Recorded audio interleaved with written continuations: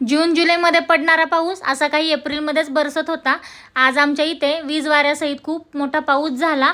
अक्षरशः असं वाटत होतं की पावसाळाच चालू आहे की काय। आणि आज सकाळपासून क्लायमेटही तसंच होतं, कारणही तसंच आहे। कारण की ज्योतिबाची यात्रा झाली की दुसऱ्या दिवशी पाऊस हा येतोच येतो, अख्खा डोंगर धुवून काढण्यासाठी। म्हणजे असं म्हणतात की जो गुलाल उधळलेला असतो तो गुलाल स्वतः काही वरुण राजा धुवून काढतो असं म्हटलं जातं। त्यामुळे आज पाऊस हा हमखास ठरलेलाच असतो। त्याच पद्धतीने आमच्या इथं खूप म्हणजे खूप मोठा पाऊस झाला।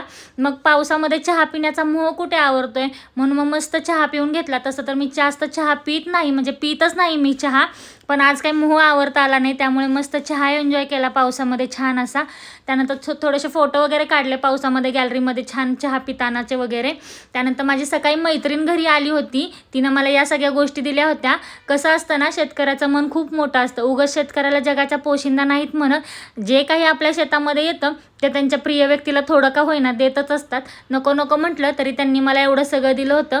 खरंच शेतकरी हा जगाचा पोशिंदा आहे। चला तर मग भेटू पुढच्या